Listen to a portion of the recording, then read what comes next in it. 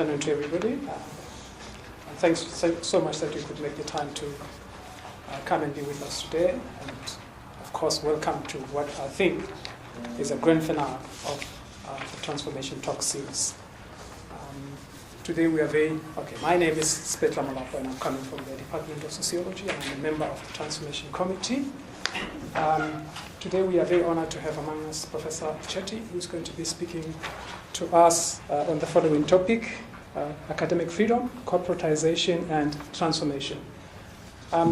Professor Chetty is a member of the Academy of Science of South Africa and is an honorary member of the South African Institute of Physics. He has served as the president of the South African Institute of Physics, received the NRF President Award in 1997, and is a two-time recipient of the Fulbright fellowship.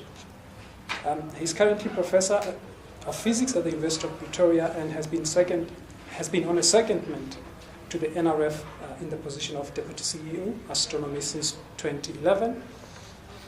And his current research interests include principles of quantum mechanical studies of silicon carbide, carbon nanotubes, graphene, and transitional metal alloys using plane wave pseudo-potential methods. He has also recently worked on computational studies of percolating systems. Professor Chetty, as you can see, I'm struggling with physics terminology. And I must say that it's really not what we planned, but you're speaking at a very appropriate moment in the history of South Africa, because there's a wider crisis that is going on and in the educational field, and I think it speaks or it relates, some of the crises we see relate to the questions that you're going to be speaking about, to the questions of the corporatization of the university. So there was never any conspiracy really. That you should be speaking at this time, given the events that we have just witnessed recently. But we're very privileged to have you among us.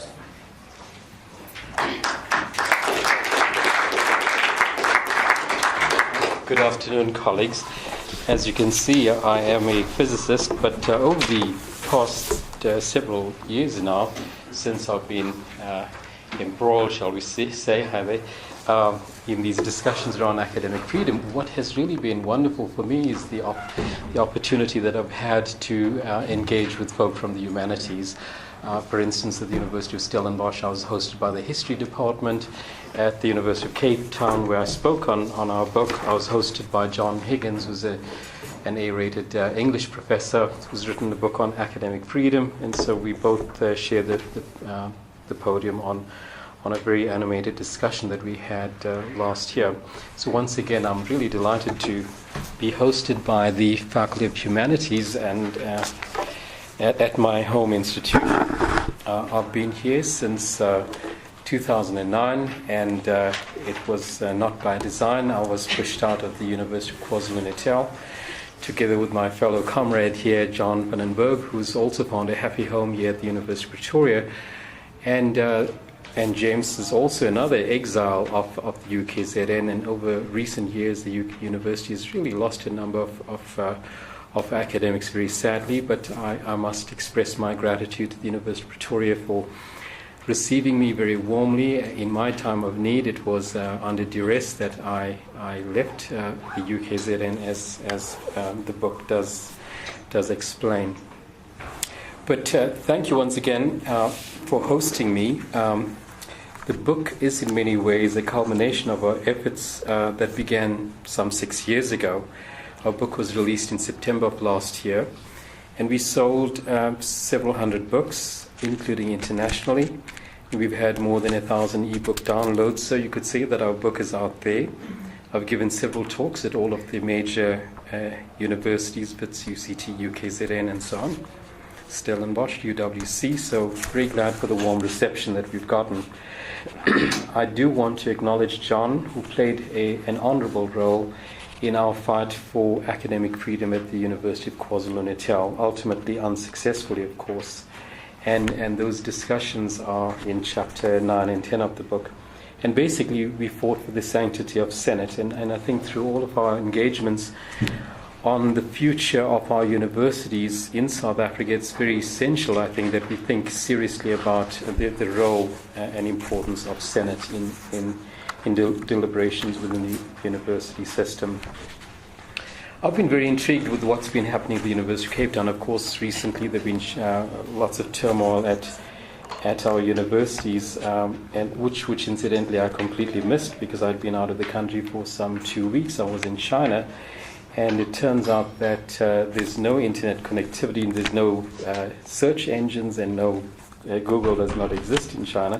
So I found it extremely difficult to stay in touch with developments here.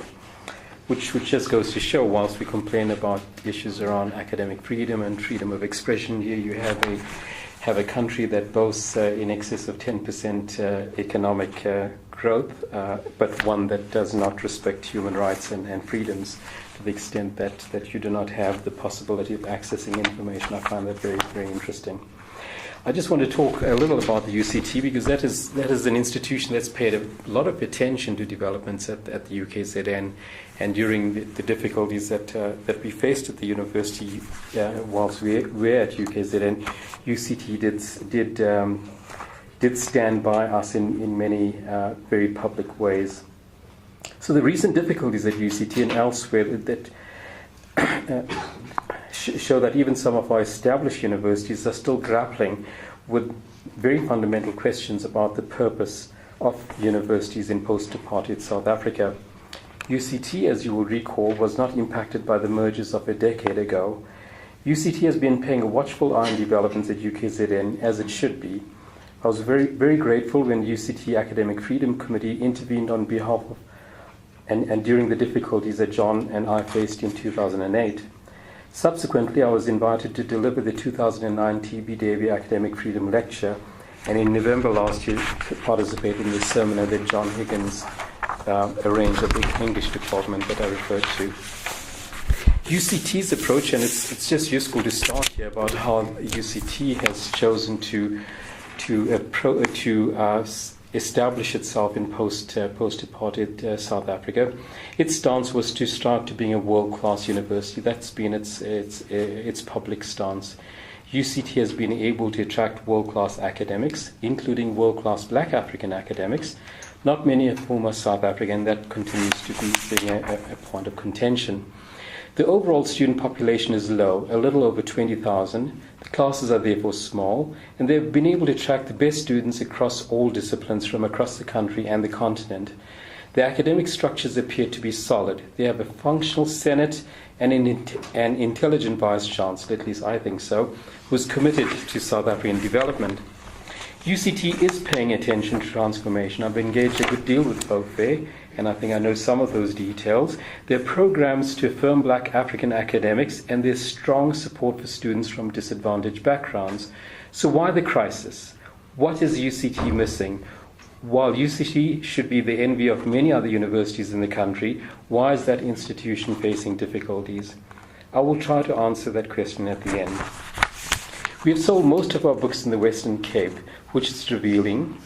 I think the UCT folk have correctly concluded that the issues that we have written about in our book are not a matter that only concerns a university 1,000 miles away, but if left unchecked, these problems could spread to other major universities in South Africa, and already there are some rumblings along these lines, as recent activities has indicated. UKZN is an important national asset, and while many of us should be angry at what has happened to our university, we cannot and should not stand by the wayside and watch things disintegrate. We all have an obligation to support the efforts of getting that institution back on even keel again. The job is going to be a tough one for the new Vice-Chancellor, with the institution facing an enormous budget deficit, approaching 2 billion rands, I understand. But that is not the worst problem. I think that the deep racial divisions that have been sown, the pursuit of transformation along narrow racist lines, the rise of a disciplinary university, the politicization of council, the weakening of Senate, the flight of excellent academics, the clumsy university structure that has done away with faculties, the ineffectual and politicized SRC, and so on, are only some of the legacies of the Makgoba administration that will impact for many years into the future. Financial woes pale in comparison to the erosion of the very idea of a university.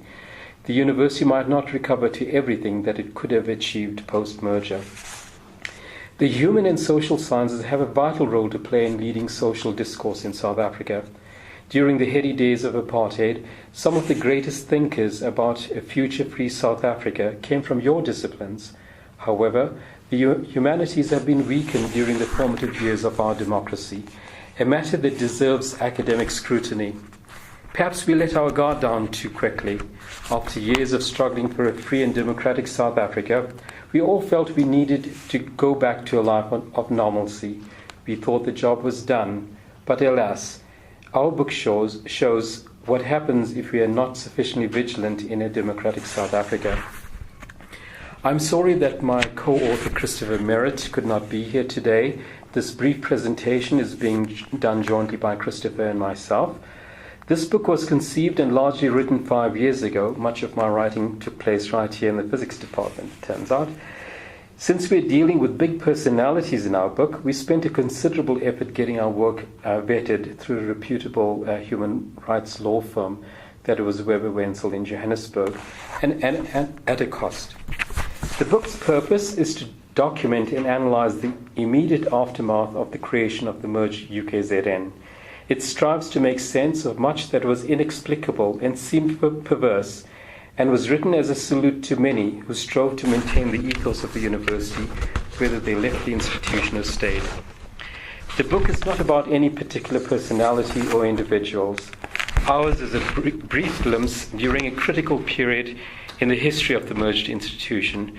We report on events up to about the time when Christopher and I were forced to leave the institution, as it turns out under different circumstances mentioned in the book. It is not my intention to report in any detail what we have written in our book. I hope that you will buy the book and read first-hand accounts of grave violations of what I refer to as the idea of the university. As John Higgins has pointed out in his book, here, ours is a practical case study of the undermining of academic freedom at a South African university. Instead, I would like to present some of the ideas of the university that we hold dear, and these notions take on a new relevance given the current crisis that our universities across the land are currently experiencing. Let us discuss these at the end. The fundamental purpose of a university is the enabling of critical, thoughtful, and eloquent people, citizens who are equipped to speak truth to power, whatever its complexion. Its training of accountants, lawyers, physicists, mathematicians, pharmacists, and so on is a secondary matter. The best graduates are able to apply reason and judgment to contemporary problems and interrogate the way in which power is exercised. This is particularly crucial in the light of South Africa's history of intellectual conformism inherited from colonialism and apartheid.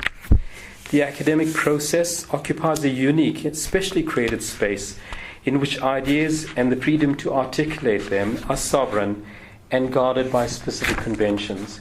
The status of a well-researched and argued case is greater than any particular office in the institution. There's a responsibility to objective truth and to reject sloganeering in the contestation of ideas, which, like music, has international conventions. The university belongs to all its members, including dissidents, and ceases to exist should these basic definitions of the academic process be abandoned. As Jonathan Jansen has observed, a university is defined solely by its intellectual project. Our experience at UKZN, as we have reported in our book, was that the opposite is true. Academic rule is the extension of academic freedom to matters of internal university governance. It provides logical and natural authority within an academic community and institution of higher education rooted in its guild origins. Both the UNESCO recommendations and the Kampala Declaration support the concept of academic self-government with a democratic atmosphere and critical voices. John Higgins correctly refers to a horizontal democracy. This highlights the importance of collegiality, but by no means rules out disagreement. Shared responsibility is particularly suited to an intellectual community. Commitment to cerebral values, loyalty, mutual respect, and a collective and cooperative approach. Elected deans once epitomized legitimate authority in the academy.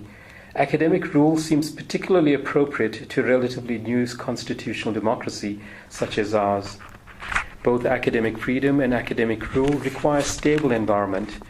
Universities are national assets deserving of careful custodianship, not places for fashionable institutional experimentation as we have experienced at UKZN. Universities are intensely political places, but should not be open to political expediency. They cannot be tied to specific political objectives that by definition constrain free thought and debate. Universities are structurally conservative places whose administrations provide an enabling environment for considered thought and circulation of ideas.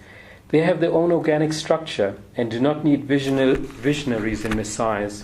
They are not churches, armies, or businesses, but collectives. The Constitution protects academic freedom. However, universities are no longer statutory bodies, but subject to regulation by a government department as shown by the mergers of 10 years ago. Legislation has enhanced the powers of councils and effectively diminished those of senates, which constitutes a threat to university autonomy. Authority has been transferred away from the world of reason and debate to people with a multiplicity of extraneous agendas, as we experienced at UKZN. The Secrecy Bill also poses a threat to academia.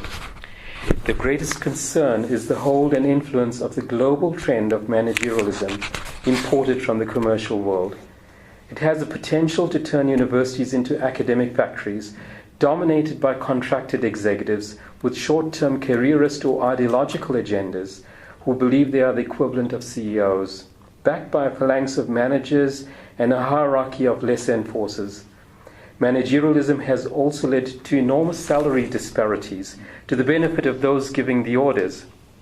The resultant mindset is that of power and obedience, legalism, line management, and a silo mentality, all foreign to real university.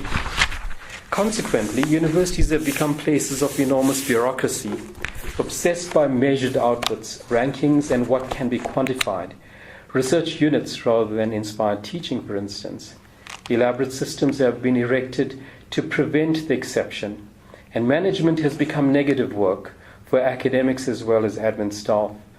The system has attracted notably anti-intellectual personalities in many places who should be an anathema to the academy.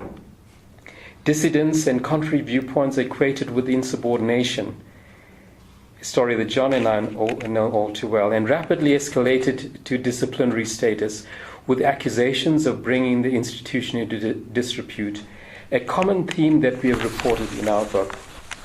Students are cast as customers and staff as deployable human resources subject to labor law within an instrumental view of higher education.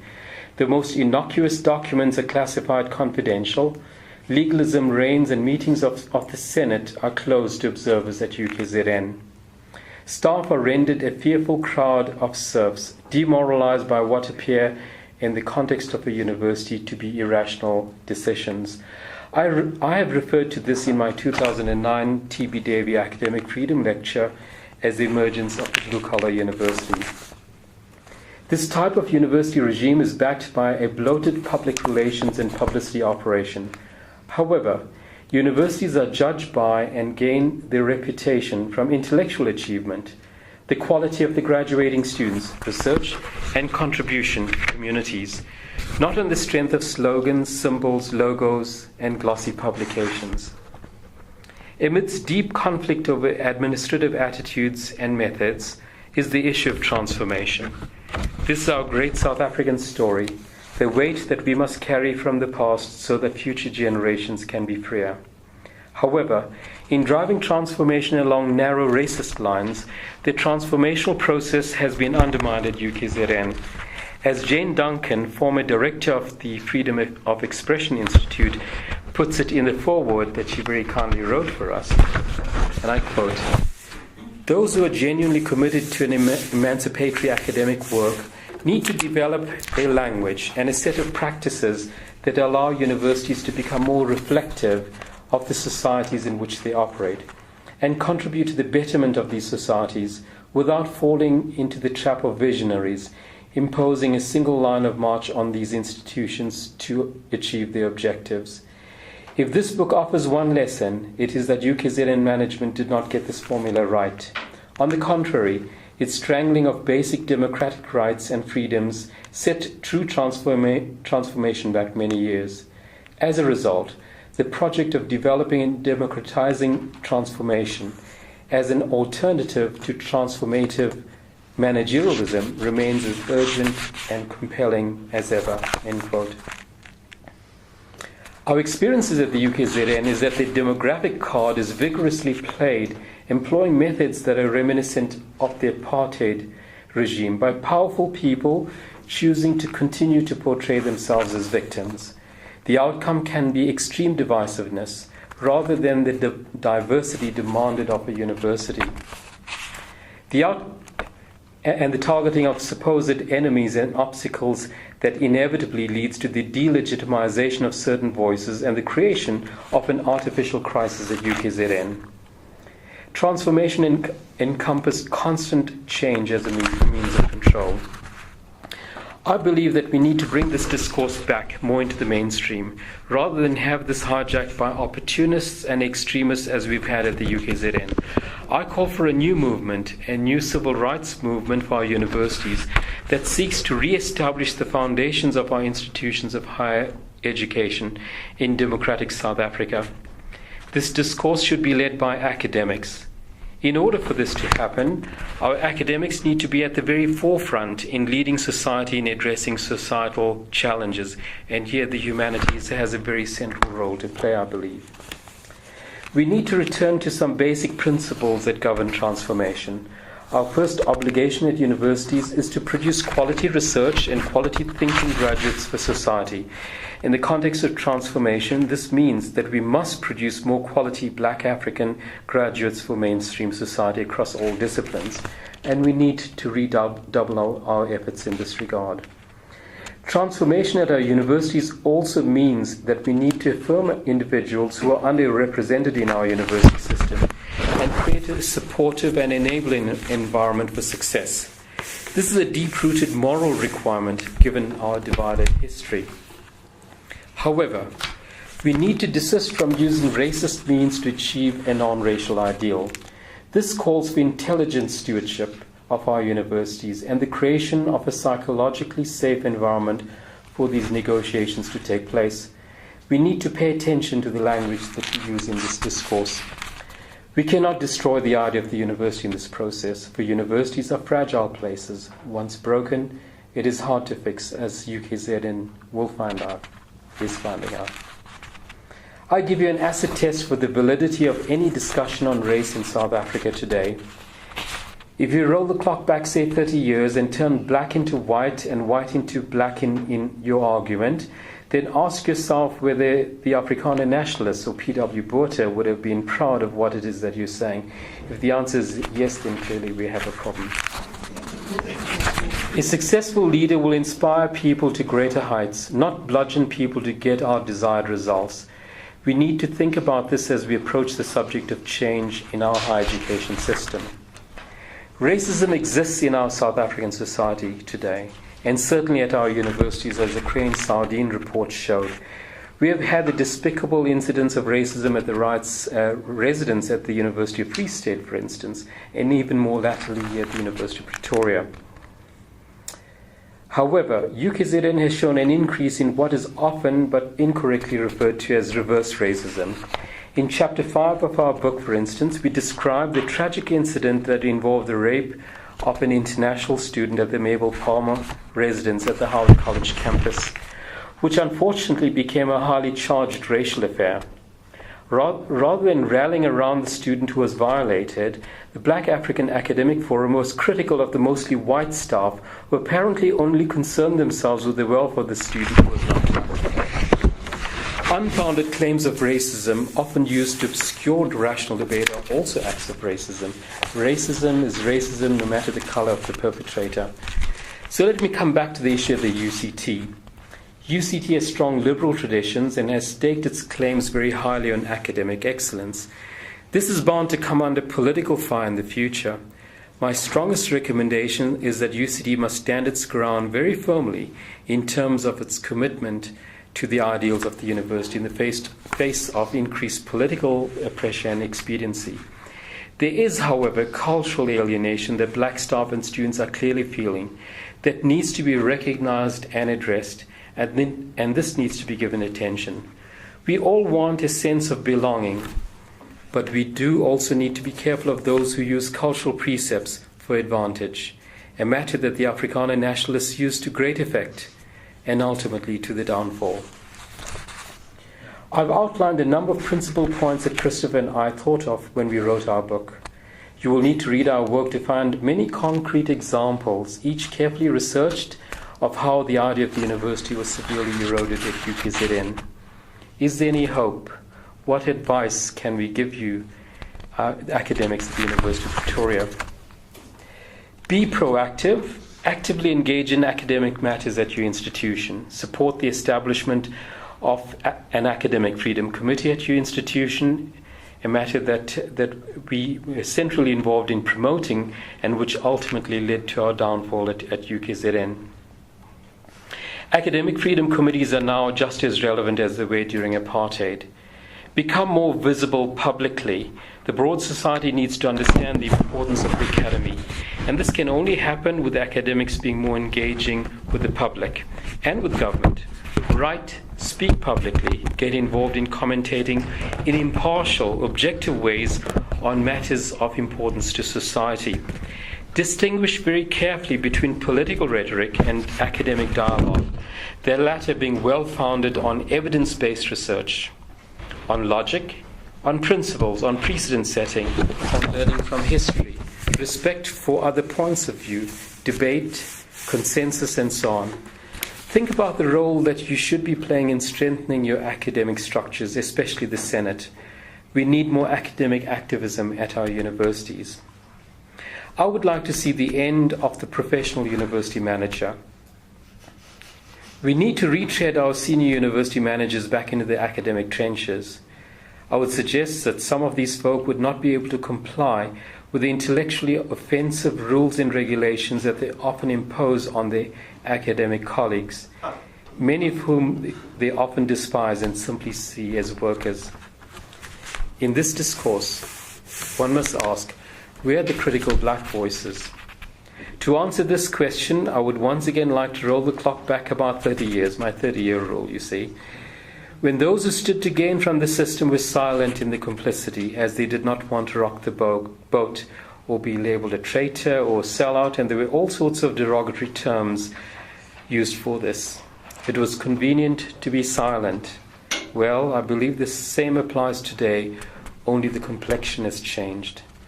My greatest fear is by the time mainstream society wakes up to the importance of a critical academy, we could well have destroyed the idea of the university. A luta continua. Thank you.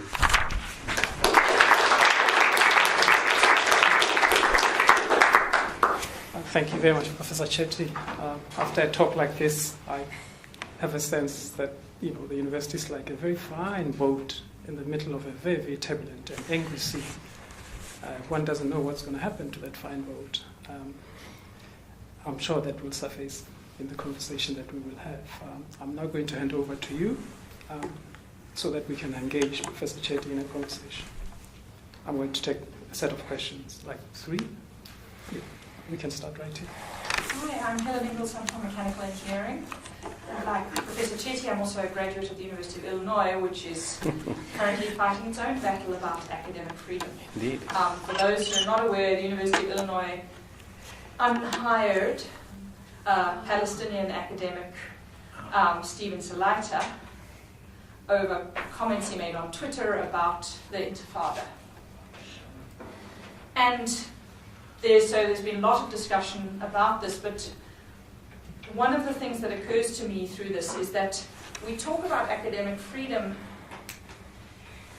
as we imagine and we desire that the university is a public space which values different perspectives. But it seems to me that the increasingly corporate universities do not see themselves as public spaces. They see themselves as private spaces, as brands that must be managed. And then comments of unruly academics damage the brand and are attacked much more viciously because you are destroying the institution when you damage the brand. So I just wonder if it's not really a question, but... Yeah, but this is precisely the point that we've been trying to get across, and especially through the book. Who is the university? I guess that would be a central question. Is it the Vice-Chancellor? Is it the highly paid executives of the institution? Or is it the broad community, as I've indicated in my remarks as well? The university is very much a public space, and the university must be seen to reflect that public space. Critical voices are extremely important. We are not insular from the broader environment, and that is why it's extremely important that academics take the lead in discussions and discourses that are relevant to the broad society. The moment we close ourselves off is when we are hit for difficulties, and that is the movement that I call for, where academics take the lead. If you don't, somebody else is going to be making decisions on your behalf, on our behalf, and that's certainly going to be very detrimental to the university. But thank you for that point. Any more questions? Comments? Conversation? I just want to know, at what point are the academics of this country going to decide that enough is enough? When are we going to climb back the role that we had, first of all, as the body of the university, and secondly, demand to be treated as human beings and not as workers and cogs in a machine? Yes. So I think we need more academic activism. I think I asked for that in my presentation. I grew up in the 70s and 80s. I was a student in the 80s at the University of Natal, and academics, certainly at the University of Natal, were very actively involved in matters that were relevant to society, and we need to reclaim that space. Academics need to become much more vocal, much more critical within the institution and broadly within South African society. I don't think we should be cowed. Of course, there's a price to pay, and we paid dearly for the stand that we took. But we should not be the exception. I think we need to inculcate that culture, or establish that culture of standing up and being critical. So I really blame ourselves. We've let our guard down. We've got to stand up and be much more forthright in terms of what we believe we need at our universities. I mean, in a way, the language is re-establishing academic freedom, kind of recovering from the past some sense of activism that's lost. Whereas at Pretoria University, the Senate is only the heads of departments. Mm-hmm. Senate has never been a space for conversation at this university. So I think in our case, reclaiming some glorious past isn't the point. It's establishing it in the first place in the context of a nationalist institution that's always been quite top-down and managerial. Yeah. So I do think there's a different texture to the conversation in a place such as Pretoria. I fully agree with you. It's no surprise then that the former English-speaking universities at Wits and Natal and UCT have had these difficulties, and in some ways the former Afrikaner universities have pretty much towed the line and have continued as business as usual, and that is worrying. Yes, I agree with you entirely. The top-down approach that has historically been the way in which the University of Pretoria has governed itself has been very ideal for the way in which corporatization has rolled out at this institution. But I'd also like to challenge. I mean, I think it's interesting that the protests this year have been strongest at those liberal, formerly English-speaking universities, and I think because there's something about that desire of those universities. I come from those. I'm a graduate of UCT as well. But there's something about the desire of that university is to say, well, we're already doing it. That is very alienating to people coming from outside.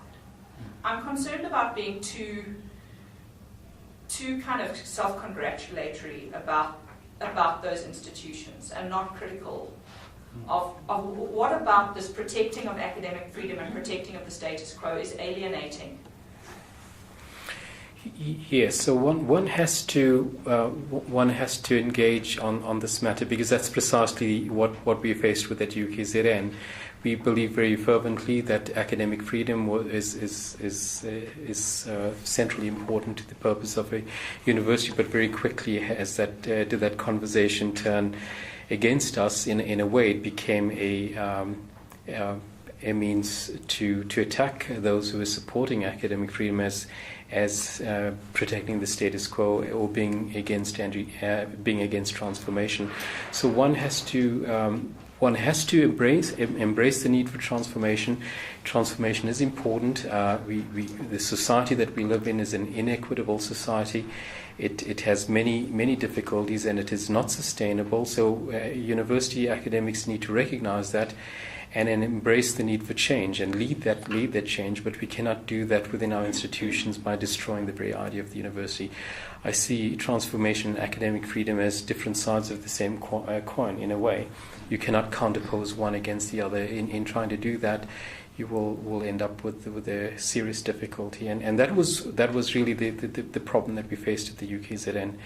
I think there were many folk who had impeccable struggle credentials, people like Jerry Kuvadia at medical school, who were in the trenches with us in the 70s and again in the early part of this century, then the 2000 first few years of the merger. And we are still speaking the same language. It's not that we had changed our views about what freedom, what we demanded of society. But I think that entire discourse has been hijacked by opportunists, and the corporatist mentality and ethos and agenda really became a very convenient way to drive this agenda of destruction. So whilst one talks about academic freedom, one should not ignore the fact that transformation is extremely important in this context. I also wanted to ask something about CNET. What would your suggestion be at UP? Yes. Should we ignore CNET, go beyond? Yeah. Well, look, the academic freedom, I think the Academic Freedom Committee is something that should be established. You do have an Academic Freedom Committee, is that correct? Or not? You do not have an academic freedom, yeah. Right. Yeah. So, right. Yeah. So look, an academic freedom committee would be very essential, I think. It will put the discourse in the hands of the academics, and you've got to be open to bringing in very critical voices right across the spectrum, and to engage with that process. That will bring the discussion in the hands of the academics. I will. Really not support very much the union activity that we've seen at many universities. What the rise of corporatization within many institutions, particularly UKZN, has also seen the rise of union activism. But that's not the place where I think we want to be fighting our battles. The union mentality, the union ethos and agenda is very different from the academic freedom environment that I advocate. So we want an environment that is that respects individual viewpoints rather than group mentality that you would see in a union situation, and one that is critical and one that is mutually respectful and so on. Those are the sorts of ideas that have a fully respectful university should be subscribing to, and so I would advocate an academic freedom committee, and I would be very wary about placing this discourse within an academic union. Yes, thanks for that. Very interesting. I'm trying to make sense of how the figures that one would associate with the liberation tradition could be so swept up by managerialism and neoliberalism and so forth? You know, what is this sort of what's the hook? You know, what is the historical twist here? You know, I feel I'm sort of missing something. You know, and then particularly also then with reference to the use of what so it's managerialism on the one hand, on the other hand there's a particular use of race. It would seem. Now, of course, one would argue, or many would argue now, that race is systemic, and that in the sense that black people can't be racist from that point of view. But it would seem that you're proposing a different kind of reading of racism in this case. You know, where race is sort of wielded by black people in a particular kind of way to have some kind of effect that serves the managerialist agenda. I'm trying to get more of a sense of how... So there's several things that have happened. If you look at history, I think Bileta Gardana made that point a couple of times. I think the left liberal movement in South Africa somehow went home, closed shop and felt the job was done. I think that was a grave mistake. I can speak very forthrightly about how things developed at the UKZN. I think corporatization became a very convenient means of driving transformation along very narrow racist lines at that institution. So it became a means to an end, and a very natural way, and that it was meted out. The merger as well gave the opportunity for the political interventions at a very high level. So everybody understands that when you're merging, you're going to have to compromise and negotiate and give up and discuss and so on. And in all of that confusion, I think the opportunists really took over within that institution with very damaging and very long-lasting effects. Corporatization is to be rejected. I think there is no place for a corporatized view within a university. University is a place for intellectual engagements, and the entire support system of the university needs to be in place to have the intellectual discourse flourish rather than to be barking orders on from high. So the corporatized view of a university, I think, is an anathema to the intellectual project. I don't know that I've fully answered your question. I know what you're getting at, but I think history will show that in post-apartheid South Africa, the whole managerialist approach really took root, even at universities like the UCT. And how that came about is still open to discussion and debate. I still have yet to properly understand why the academic leadership right across the country, particularly our liberal institutions, did not stand up when legislation was being written about giving councils much greater power and eroding the functions of Senate.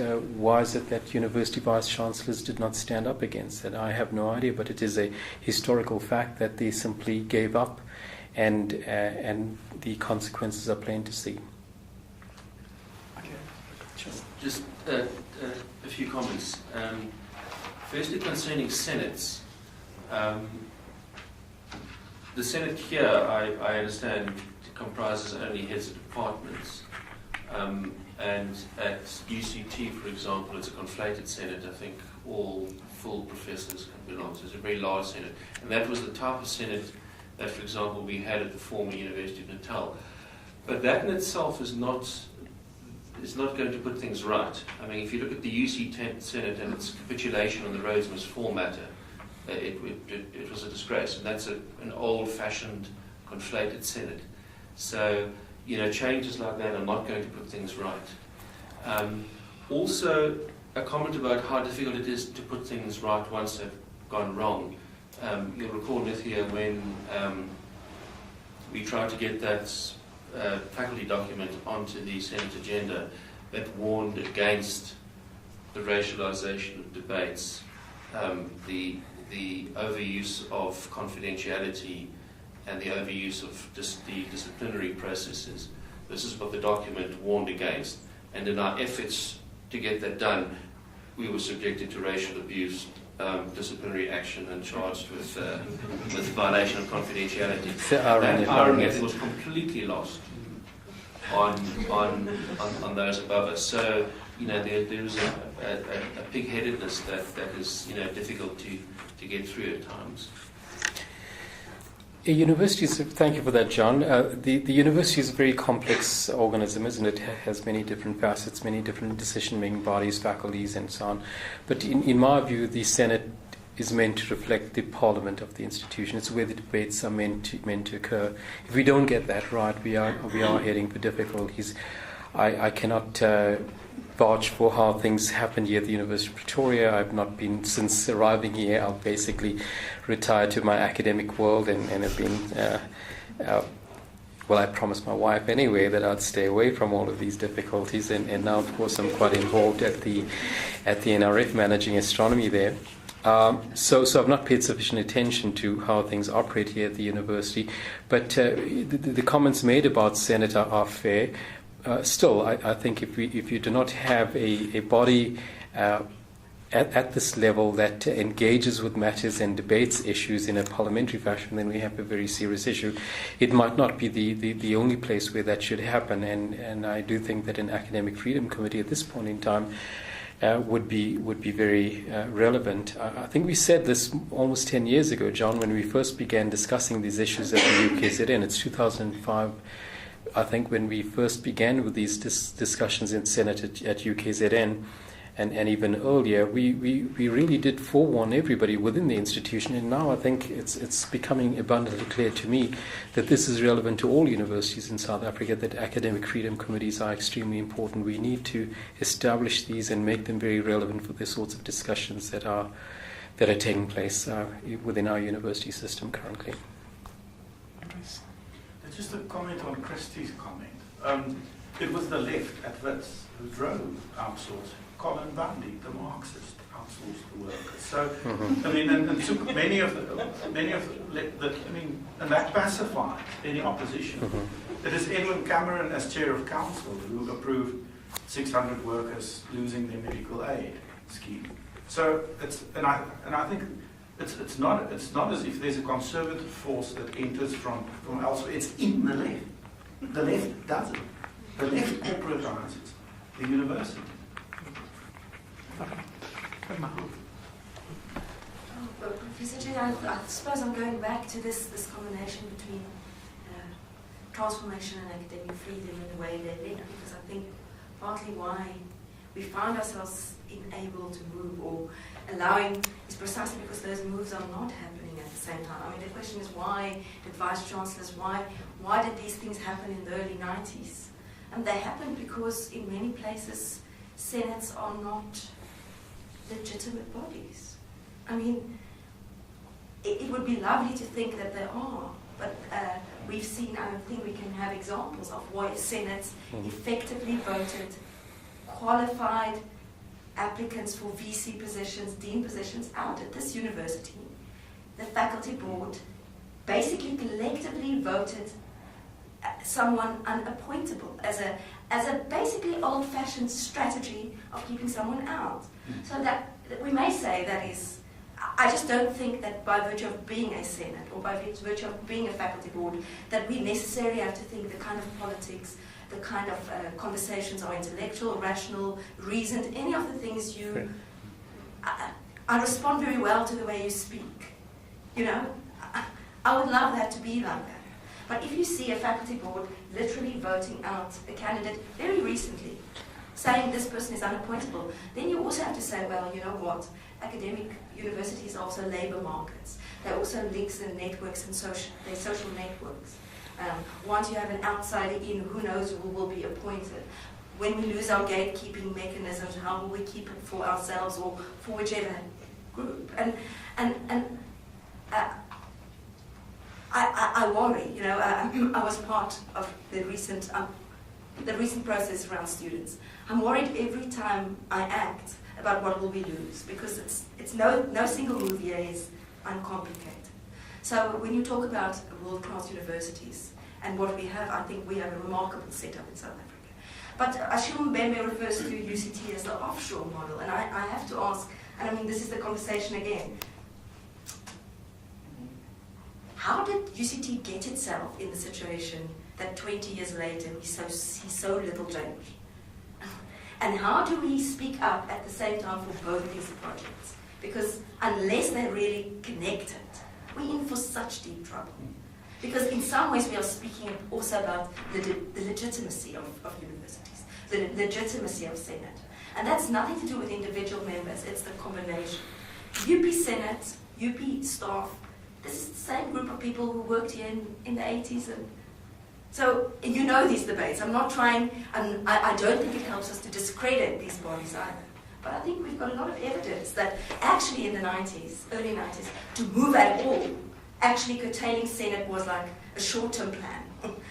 Of course we're going to pay for it. So what do we do not to pay the full price? Well, we don't want a situation where it's us and them. It's academics who kind of, shut the door and moan behind and get really, really unhappy. But it's important for us to change the culture, bottom upwards. The entire culture of the institution has to change. That can only happen by engagements and discussions and arguments and debates along the lines that I've been suggesting. The folk that you want to serve on faculty board and ultimately at Senate and higher levels are the ones that are going to be championing the ideas of the university that we cherish. And that's where we're going wrong. The ones that are employed in these places are the ones that are, as I've mentioned, anti-intellectual, most inappropriate. So we've got to change this, and we're not going to change this by sitting back and just complaining about the situation. Academic activism means getting into the trenches at various levels, whether one is a lecturer, senior lecturer, all the way up to heads of departments, trying to change minds of individuals, having those discussions in your local environments with a view to changing mindsets. It's got to be a bottom-upwards approach in terms of changing the culture of the way in which we do things within the university. I think the last thing you want is for academics to get really completely cocooned off and disconnected from the rest of society. So I don't have a blueprint. I can only say that I believe that our university systems need to function and function very optimally. If they don't, we're going to have a chaotic situation. And within those various different university bodies, we want individuals, particularly in leadership positions, to understand what the idea of the university is and to promote that and to work conscientiously and tirelessly to achieving that. And every time they step out of line, the moment they are pushed by different agendas or slip in some way, I think they need to be reminded by folk like you to be vocal about these matters and not to be silent. No solution to what you've asked for, but I'm asking for more activism. That's what I am. I'm wondering if we're not looking at the wrong place, because a lot of the things that we are complaining about is the result of the university's relationship to the external environment. The universities rely on government for a portion of their funding, a fairly large portion of their funding. So it needs to keep government's goodwill, and particularly previously Afrikaner universities who come with a lot of baggage have to bend over backwards in many ways to just say, well, here we are, we are towing the line, we will give you everything that you want. And as a result of that, a number of things starts getting into place. So yes, government wants more people, wants more students, so we enroll a number of students, and we knowing that we actually don't have the capacity to serve these students properly. So that has all kinds of implications for the people coming down. Yes, we have to maintain a good relationship with government, so we don't want to put it in good French, piss off the government. So we put in place all these rules about what we are allowed to say or not, just in case our academics peeve somebody important in government and we see our funding being cut. So it's a very strong external pressures that demands certain changes within the university culture. My question is how do we bring our university management back into the academic fold so they start seeing themselves as members of the body academic and not as this thin line between the pressures of government and the pressures of the market and what is possible within the academic milieu. Yes, if there's upward pressure from the academic grouping for the idea of the university, then hopefully that will transfer all the way up to the highest levels of the institution. we do need our university managers to stand up to the political pressures that are coming to bear on the universities, and that's not happening sufficiently well. In a previous time, I think it did. Ironically, during the height of apartheid, some universities were able to stand up. There are many famous examples of vice-chancellors having backbone and standing up to government. Of course, there was always a threat of consequences, and in some instances, I think those were meted out. But we've got to stand on principle, and if enough universities do so, the stronger we are. University autonomy is very important. The government does pay the subsidy, but the government has to understand the importance of an autonomous university. I don't think we will ever have an autonomous university ever in South Africa. We're always going to have government interference, and recent declarations made by even the president of the country do impact on university autonomy. So there's a grey area, and we need to participate in where that line is drawn. And if we are silent as academics, the political forces are going to take advantage of that situation. I would say there's going to come a time when the academics at universities in South Africa are going to feel very compelled to stand up. And I sure hope that comes up sooner rather than later. The quicker we stand up for the academic rights that we need in service of society. It's not for our own back pocket, it's not for our own salaries, it's because of what we believe. We become academics because we understand the role of the academic project in terms of insofar as societal benefit is concerned. So it's that aspect that is at risk. And I don't know that the university managers and the politicians understand that. And I closed with that remark as well in my speech, as I think by the time we all come around to understanding it, I think we could well have destroyed the university system. That worries me. I have a question for you, Professor Chetty. And I think I'm fascinated by the way you speak about academic freedom. But I think, and somebody has already spoken about, how we can relate the university to external context here, the government in this case. But I think there's a wider context that we should be thinking about, and that is the context that has to do with debates about value.